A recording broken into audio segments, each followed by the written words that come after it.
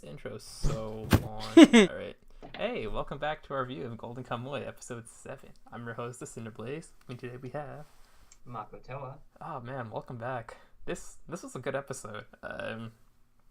Like, shoot, like, I don't even know how to, like, describe it because, like, it kind of happened so fast. Like, a lot happened this episode. We just kept going. Yeah, like, the resolution of Sugimoto and Crew's confrontation with the hunter just kind of like ended really fast, and it did surprise me to an extent.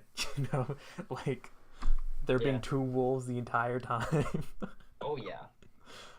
Would have seen that going. For sure. Yeah, and like that was all like cute and stuff. I'm not sure like how I think about the hunter now, because I feel like he was one of those characters where they build up a lot for his backstory. Like, they made him like this really ruthless, predator in some ways, but then just kind of like die.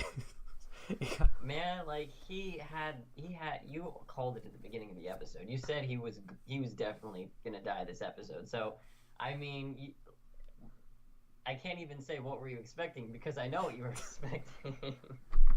Yeah, but we have plenty of other psychopathic villain antagonist characters left, so I'm fine with his death. Yeah. Even if it was a little premature, maybe, but... Yeah. I mean, like, honestly, like, he was one of those villains who was actually, like, executing his plan. Like, Retar was actually going to be endangered to some extent. Like, when they had that standoff and Retar was kind of, like, running at him, and then he starts, like, dodging. And I was like, oh, shoot. I don't think he's going to die, but, like...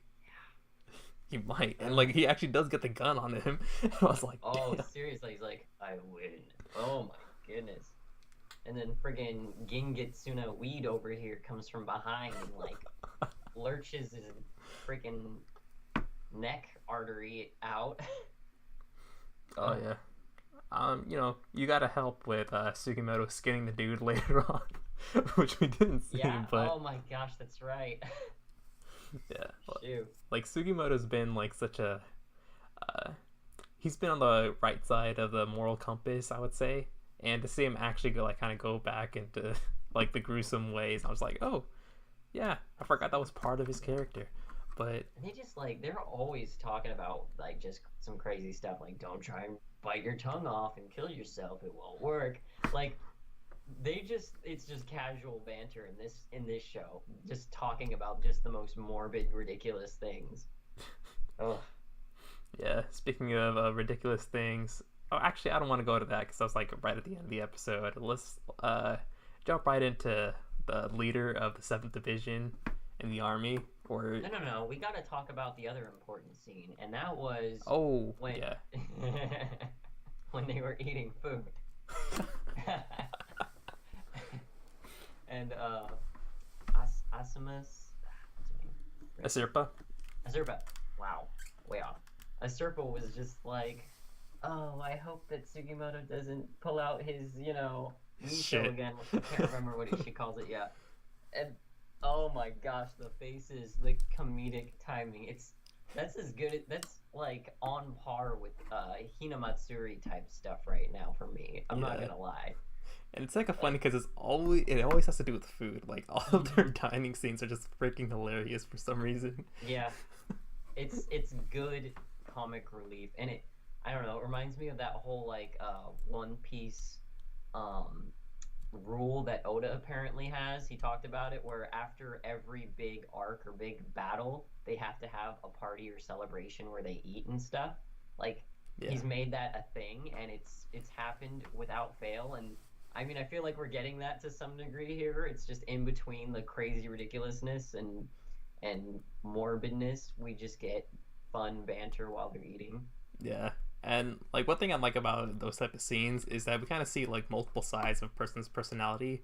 Like for a lot of like other shows and for a lot of shonens, like the personality we get from a person is always the one that the plot kind of reflects off of them. And this is like where, the plot isn't really kind of like kicking their asses to do something or force certain actions. That's just like how they are. So, just having that little balance. I know, like... It's executed a whole lot better than shows like, I hate to call them out, but Black Clover, where every time any situation happens, when you've got the what is it, the bulls, the I can't even remember what they're called, whatever they're called, the bulls, something bulls, they're around, and all they are, in at least the anime, is a trope. And every time there's anything that happens on screen, every single one of them gets their own little 5-second trope moment. Oh, well, I'm gonna cut you off before you start sounding like a little bit too over the top. We don't get their backstories until a little bit later, and they're actually developed pretty well. So okay.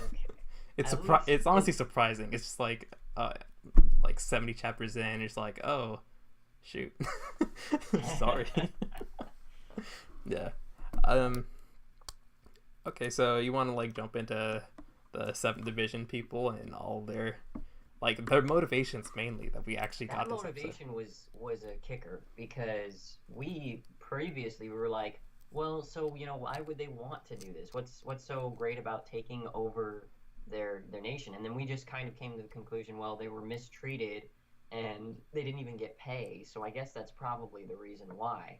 I mean, we kind of knew the reason before, but this was like way more embellished, and it made it more real. Yeah. Like, you could see this happening. Yeah. Like, the country kind of abandoned those people, so like for those like the people in his, like on his side, like Japan isn't like really their home to an extent, so they're just kind of like rebelling and trying to like make things right. So like I'm totally like down with them, and just him kind of being like this kind of psychopathic like dictator, or he's trying to be that, but like I'm really interested to see where he goes. Yeah. And like the second I kind of like got comfortable with like this being our villain for like the next few episodes or whatnot, we kind of jumped to the other pseudo antagonist. I can't really tell. Right. Like, they haven't really confronted yet, but I'm pretty sure he's an antagonist. Squad, yeah. Whew. It was a little outing to the town, and apparently their bodyguard has this little quirk where if he doesn't sleep with someone, he just gets super angsty. Yeah. Now, I don't know if he doesn't if he doesn't sleep with a woman for too long, he'll come after you. I don't know if that means he'll try to kill you, or he'll actually come after you to like rape you or something. So yeah, I guess it's I mean, it was implied at least a little bit that it was sexual, a little rapey. So shoot, this show, okay.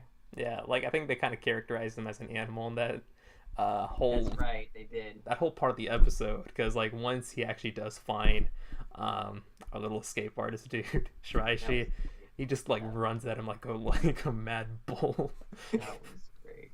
Everything leading up to that, holy crap! And they are not like, this is like JoJo's Bizarre Adventure level of animal cruelty at times here. He just flipped the horse. Yeah, the freaking escape artist tries to get the horse to like go out of control towards him, and he just like he kicks its leg underneath and grabs its head and just like oh yeah, goodness.